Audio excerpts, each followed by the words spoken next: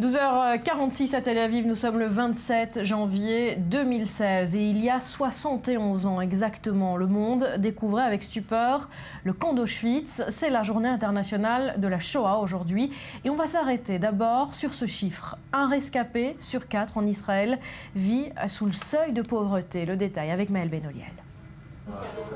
Ruth est née en 1932 en Roumanie. Cachée pendant toute la durée de la guerre, elle a survécu.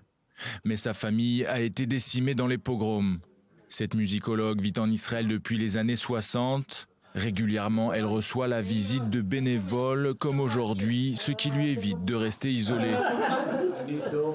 Ils sont environ 190 000 rescapés de la Shoah à vivre dans l'État hébreu. Si Ruth profite d'une bonne retraite, ce n'est pas le cas d'un quart des rescapés qui vivent sous le seuil de pauvreté. Une situation impensable pour Ruth.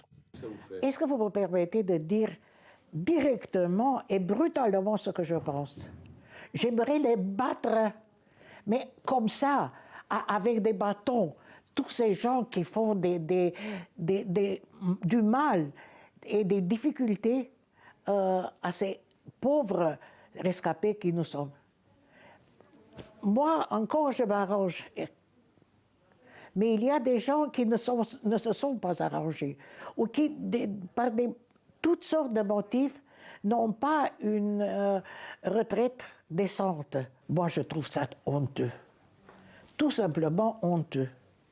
Pourtant, il existe plus de 50 associations et autres organisations qui viennent en aide aux rescapés de la Shoah en Israël, proposant notamment des services à la personne et des aides financières. La Fondation pour le bien-être des victimes de l'Holocauste en Israël est l'une d'entre elles. Encore ministre de la Culture il y a un an, Limor Livnat est depuis peu à la tête de cette fondation. Elle-même s'interroge. Comment est-il possible qu'il y ait 45 000 personnes qui vivent en dessous du seuil de pauvreté, moins de 3 000 shekels par mois de revenus? Ce n'est pas logique. Ça ne fait aucun doute que ces gens devraient recevoir beaucoup plus et que tout doit être fait pour qu'ils vivent leurs dernières années de la meilleure façon possible. Problème, d'après Limor Livnat, les caisses de l'État sont vides. Si le gouvernement le pouvait, il faudrait qu'il augmente son budget. Mais on le sait déjà, le gouvernement n'a pas beaucoup d'argent. Donc je ne sais pas si c'est possible. De son côté, Ruth Ben-Zvi reste malgré tout reconnaissante envers l'État hébreu au moment où le monde commémore la journée internationale dédiée à la mémoire des victimes de l'Holocauste. Nous avons été reçus dans un pays avec tous les droits d'un citoyen. Ça n'avait pas l'importance si vous venez de l'Irak, si vous venez du Maroc, que vous venez d'Allemagne, que vous venez de la Russie. Vous êtes devenu citoyen israélien. Et on vous a reçu. On vous a donné plus, on vous a donné moins, on vous a donné une main plus chaude ou un doigt très discutable comme aide. Mais vous avez reçu un État civil.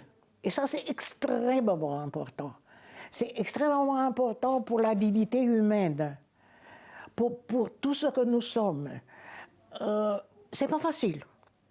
C'est difficile.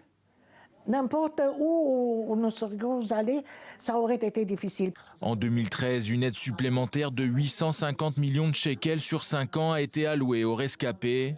Mais il semblerait que malgré les nombreux efforts consentis par Israël, ce ne soit pas encore suffisant.